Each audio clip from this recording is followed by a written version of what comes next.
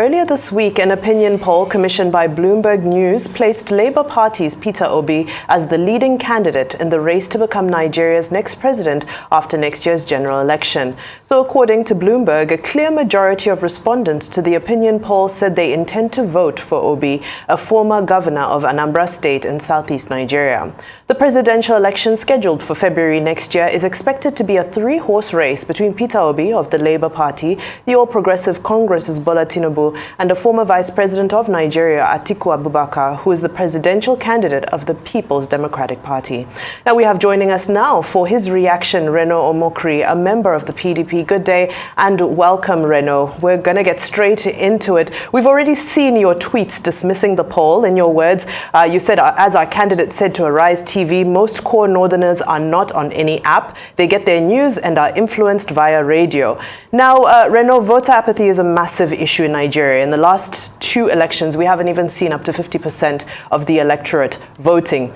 And in light of this, is it still realistic to assume that all of the potential voters in the coming election are still influenced by radio? Well, then, if you talk about voter apathy, you want to look at where voter apathy is coming from. So let's look at the facts.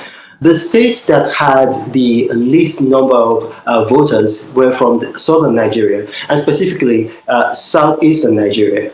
So in northern Nigeria, you had a much higher voter turnout than in southern Nigeria. In fact, in Borno State, where you have the insurgency, you had one of the highest voter turnouts. You had high voter turnouts in the northwest. So even when you're saying this about voter apathy, it actually works, in favor of the areas in the north and against the southern Nigeria, and especially the southeast of Nigeria.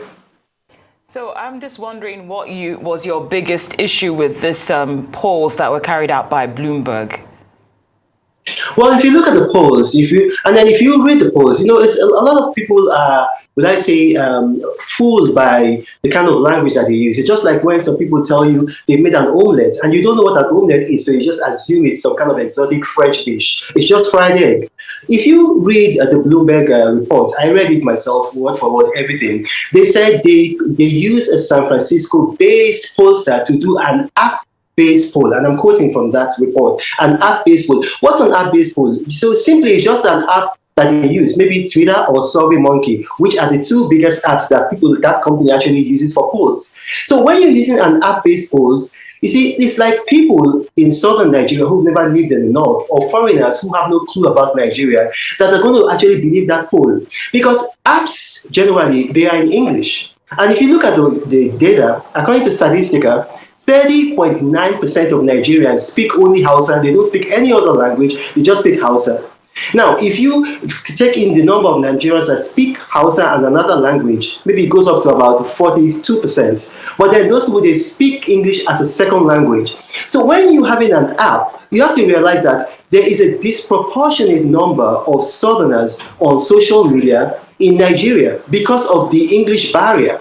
You see, that's why in August of 2016, Mark Zuckerberg came to Nigeria, and because he wanted to find out why, with our population, he wasn't seeing enough Nigerians on Facebook. And then when he had this consultation, he found out it was the language barrier. And then in September of 2016, Facebook became the first app to domesticate Hausa language in its app. And that's why there was a boom in numbers. So if you're doing an app-based poll on a platform like Twitter or SurveyMonkey, what's going to happen is that you are almost disenfranchising Northerners. Because this 30.9, look, when you say 13.9% of our population, that's almost 72 million people who are not going to be participating in this poll. And if you look at that, they did a poll, 3,973 people on an app. It doesn't make sense. If you want to do a poll in Nigeria, the kind of reflective poll, you have to have boots on the ground. You've got to now take the poll from all geopolitical zones. And then you have to have people connecting with these people, asking them physical questions. Because if you look at it right now, you have 30.9% of Nigerians who cannot access anything in English. This poll is not to say that they are illiterate.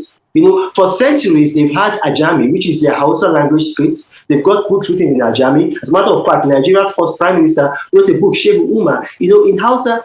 So these people, they are literate. It's not that they are not literate, but If you're doing an app-based poll, you're cutting out a huge, significant portion of Nigeria's population. Now, Reno, while we're on the issue of polls in general, we saw another one from ANAP, which released, although percentages varied greatly, ANAP had similar results to the Bloomberg poll. Then, of course, the one from Economic Intelligence Unit, which had different results. Are any of these credible, in your opinion? Well, even the ANAP poll is not credible. First and foremost, if you want to look at it, the ANAP poll was done by Atedo Peterside's foundation. Atedo Peterside is himself a major promoter of Peter Obi. I mean, he can't deny it, and he doesn't even try to deny it. If you go on social media, he's all about Peter. In fact, he's made himself a vuvuzela of Peter Obi. So obviously, right there. I mean, if it was in a place like America, somebody like that will recuse himself and will not. If you look at the people who did that poll, I mean, they've done a poll similarly before in 2014, and then they gave the impression that former President Jonathan was going to win the 2015 elections, which I wish he won, but he ended up not winning. So that poll is very, very defective. And it's the same thing I said. If you look at what I said at the beginning of this message, I said southern Nigerians who have never lived in northern Nigeria, and then foreigners, who have no clue about Nigeria, these are people that just come in and then just make assumptions that, okay, well, all Nigerians are on social media. No, most Nigerians, most Northerners are not on social media. Northerners, they are mostly influenced by radio. And that's why you see that, okay, take BBC, for instance. BBC has 17.7 million weekly listeners in Nigeria, even more than they have in the United Kingdom. In the United Kingdom, their biggest audience is BBC Radio 2 of 14.8 million. VOA Hausa has even more. VOA Hausa, you got about 20.7 million weekly audience. The same thing with Deutsche Welle. There is a reason why the major powers of this world have a Hausa language service. It's because to reach northern Nigerians, you're not going to do that through social media. You're going to do that through radio. And if you want to do a poll, for that poll to be reflective, then you've got to have boots on the ground. I mean, it is delusion for anybody to believe that 72% of Nigerians are going to vote for Peter Obi, even if Peter Obi himself is not foolish enough to believe that. Well, Reno, you have been vocal about your disapproval of this, these polls, and also you've been vocal about you not approving of the Labour Party's candidates, the presidential candidate, Peter Obi. Some people are reacting to your reaction, saying that if the outcome of this poll actually projected that Atiku Abubakar would win, then you might have seen light with it. So is this really just about the polls, or is it about the fact that you do not approve of the Labour Party's presidential candidate? Well, that's silly. I was a presidential spokesman in 2015, and then when that poll came out, and you can research this, when that poll came out in 2020, I believe it was December 2014, I was against that poll because I said, look, this poll is not realistic based on what I'm seeing on the ground. And then I was a presidential spokesman. That poll favored my principle, and I spoke against that poll because I said, look, if we believe this poll is going to make us complacent. So if I could do that, then, I mean, it contradicts what those people are saying now, which is what you're trying to say. Look, I am a patriot, and I know that. Look, I believe in my body, soul, and spirit that Waziri Atiku Abubakar is the best candidate. However, this election is not a do-or-die affair for me. I want the best for Nigeria, and I believe that whoever wins amongst the three main contestants, that's Waziri Atiku Abubakar, Bola Tinubu, and Peter Obi, it will be an improvement on the incumbent. So that's the way I look at this election. So, I mean, when you say that, if they had said it was, all I want is for a poll to reflect the reality on the ground. Now, what does it take? Because earlier you said that you need a poll that has boots on the ground, that reflects the grassroots. But, when you look at globally, you look at the Gallup poll in the United States, for example, there are so many different ways to achieve, these various opinion polls. So in your opinion, what are those ingredients that need to come together? And will anybody ever respect that outcome? Because it seems like an opposition is always going to cry foul and poke holes in whatever outcome the data. I mean, this is data. We can't argue with facts, right? But somebody will always find a way to do so. So how do we circumvent that? Well, I was vice president of a political consulting firm in the United States. I've been involved in polls. When you do polls, if you look at polls, any polls, there's going to be plus or minus a margin of error.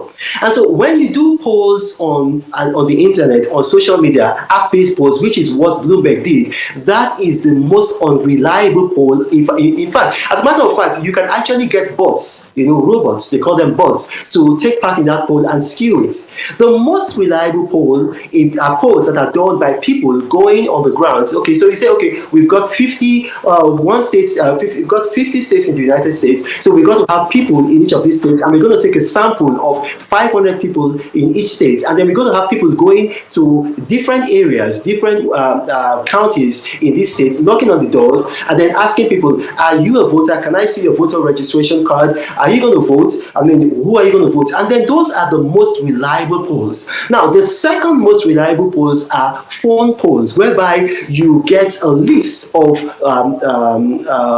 the people who have phone numbers in the country. You verify that against the electoral roll, and then you've got people calling those people, talking to them on the phone, verifying details with them on the phone before you ask them questions. But when you have an app-based poll, you can have somebody in India taking part in that poll and saying, I'm going to vote for Bola Tinubu, I'm in Nigeria, and there's no way of verifying that. So when you have polls, you want to look at the margin of error. And because Bloomberg, they knew what they had done, if you look at their story, they did not put the margin of error. In the event that when the election season is over and we see hypothetically that the Bloomberg polls actually turned out to be correct, what would be your reaction to that? Well, it's not going to turn out to be correct. So I'm not going to react to something that's not going to manifest in reality. Anybody.